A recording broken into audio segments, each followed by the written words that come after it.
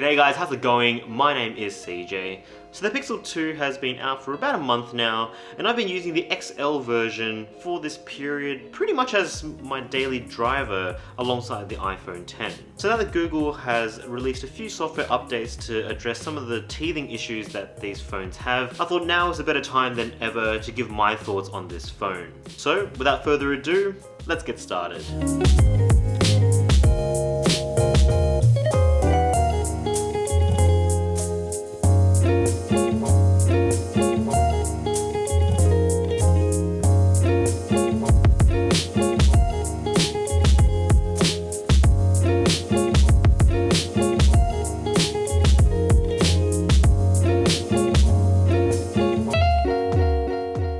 So aside from the obvious being the display, the Pixel 2 and the XL versions are both pretty much the exact same phone internally. So for the purpose of this review, all of my thoughts should be transferable between each phone, aside from when we talk about the displays. So let's first talk about design. These new Pixel phones are what we would call utilitarian. They're not overly flashy, but then they're not ugly either.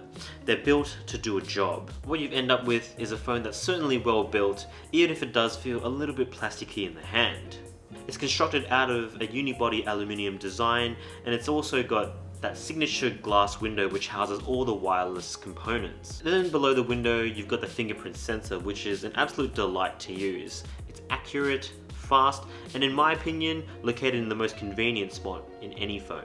The plastic coating that they've used improves the grippiness and handling of the phone, and it actually reminds me of the feel that the Nexus 5 used to give, which in this case is really nice. The buttons are nice and tactile. There's also USB-C, but unfortunately there's no headphone jack. It also has IP67 water resistance, which finally brings the Pixel in line with the rest of the 2017 flagships. And then with both phones out on the front, you've got front-facing firing speakers, which are pretty good, though not exactly the loudest that I've ever heard when you compare it to, say, the HTC U11 and also the iPhone 10. In any case, it's a feature that I think more flagship smartphones should employ, and I'm looking at you, Samsung. I really love stereo speakers, and it makes for a much more immersive experience, especially when you're playing games and watching videos. And then speaking of watching videos, it's a nice segue into the actual software experience itself. So Android Oreo introduces a new picture-in-picture mode for most video content, and it kind of reminds me of how the iPad would handle video.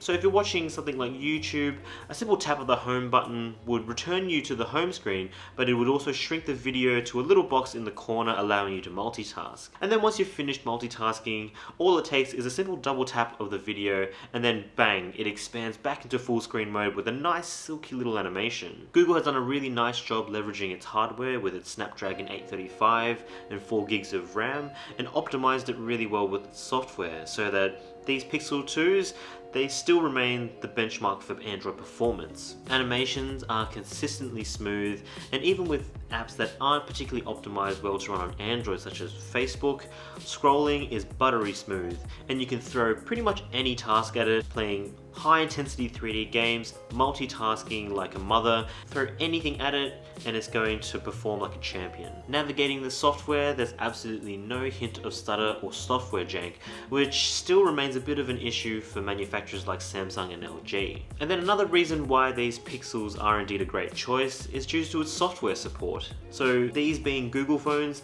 they're guaranteed to get the latest and greatest right when it's been released. And that's at least for 3 years. So what that means is you'll have the most secure and cutting edge of phones over its competitors. And then speaking of competitors, Google took a leaf out of HTC's book by implementing a feature called Active Edge, where you can squeeze the bottom of the frame. I was a massive fan of HTC's implementation due to how customizable it was. However, the Pixel is a little bit more limiting. Squeezing the frame only allows you to activate the Google Assistant, and whilst I did find myself using it a little bit more, it still would have been nice to have seen Google allow you to customize it a little bit. And as an added note, I did find myself accidentally triggering the Google Assistant accidentally when I was pulling it out of my pocket, although that's probably a consequence of wearing tight pants. So if you're a big fan of skinny jeans, it's something to consider. Now we can't finish talking about software without talking about battery life.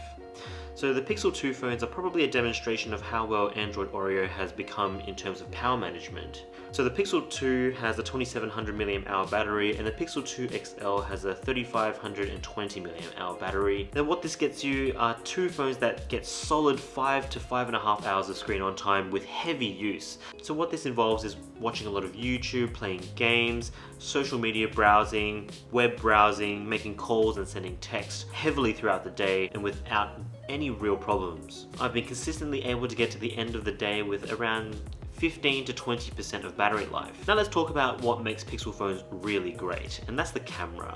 It's only a single lens system, which goes against the 2017 trend of twin lenses, but that mostly doesn't matter because of how great the camera is. Yes, it scored the highest on DxOMark for 2017, but that doesn't tell the full story. Both Pixels sport the same standard f1.8 optically stabilized lens with an excellent 12 megapixel sensor with dual pixels. Now on paper that sounds pretty much par for the course for all of 2017, but what sets the Pixel apart from its competitors is thanks to Google's massive resources when it comes to machine learning and computational software. So what you end up with is a phone that can produce photos that oozes class and quality. Thanks to Google's excellent HDR software, photos taken with Pixel 2 are among the best I've seen in any smartphone. Colors are accurate, photos are detailed, noise is well controlled, and I think where the Pixel truly shines is in dynamic range. In all sorts of challenging conditions, the Google Pixel 2 is consistently able to preserve details in highlights and in shadows. And that's compared to some of the best competition, including the iPhone X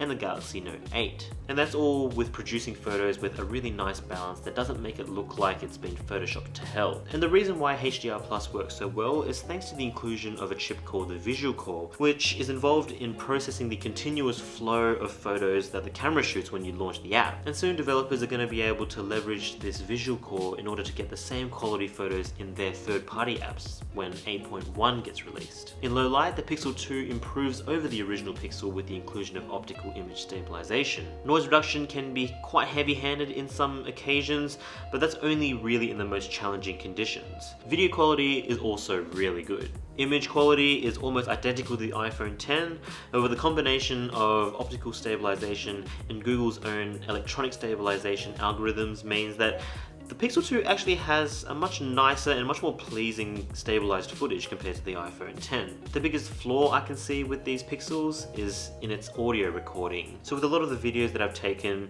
the audio consistently sounded like something was blocking the microphone, even though I was using the phone naked.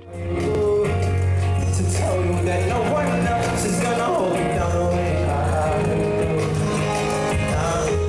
I can't say I'll be alright. However, from what I can gather, this again is a problem with software, and I would hope that Google would be able to fix this in a future update. And now it wouldn't be a Pixel 2 review without also addressing the elephant in the room, which is the Pixel 2 XL's display. It's an LG made 6-inch 18:9 aspect ratio OLED display, sporting a crispy Quad HD resolution. Again, on paper, this looks all well and good. However, as we know, the display has been a constant source of news and controversy for all the wrong reasons. The phone launched with issues of blue tint, graininess, burn-in, and also a lack of punch. Now to be clear, OLED has always encountered these sort of problems in some form historically, and that's purely due to the nature of its technology. However, thanks to Samsung's early investment into this kind of technology, they've been able to overcome a lot of these drawbacks long before these kind of smartphones were ubiquitous and so expensive. And so with this point, we can tell that LG is still very early in the development phase for this kind of technology. As we know, the screen is still made from LG because we can see the exact same blue tint and graininess in their V30 models, even to the extent where it only requires small angles to really notice the blue tint. And then we've got burn-in, which is something that is inherent in all OLED screens. However,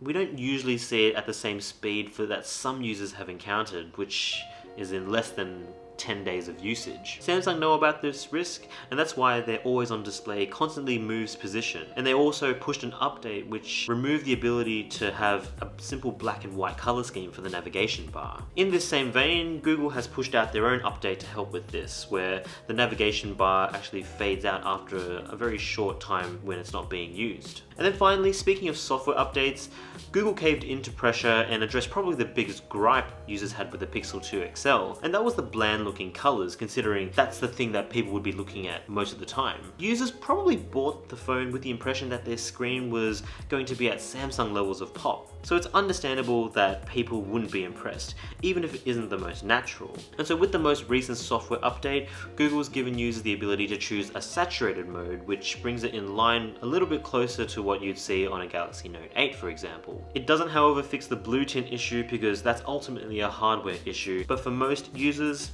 it fixes the biggest gripe. Allowing us to use a saturated mode certainly makes it a lot easier and a lot more pleasing to use from day to day. So now in the end, what should you do? Should you buy this phone?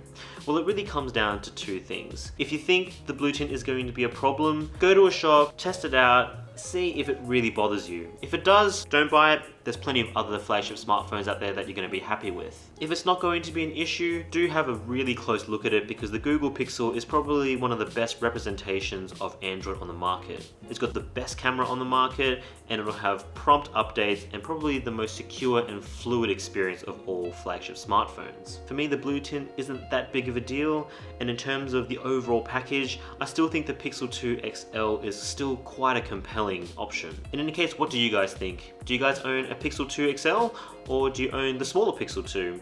Let me know in the comment section below what you think of these phones, and thank you a lot for watching this video. If you enjoyed what you saw, give us a like, and if you haven't already, do consider subscribing. Thanks again for watching, and I look forward to seeing you in the next one. Say good day, Mom, for me. Cheers.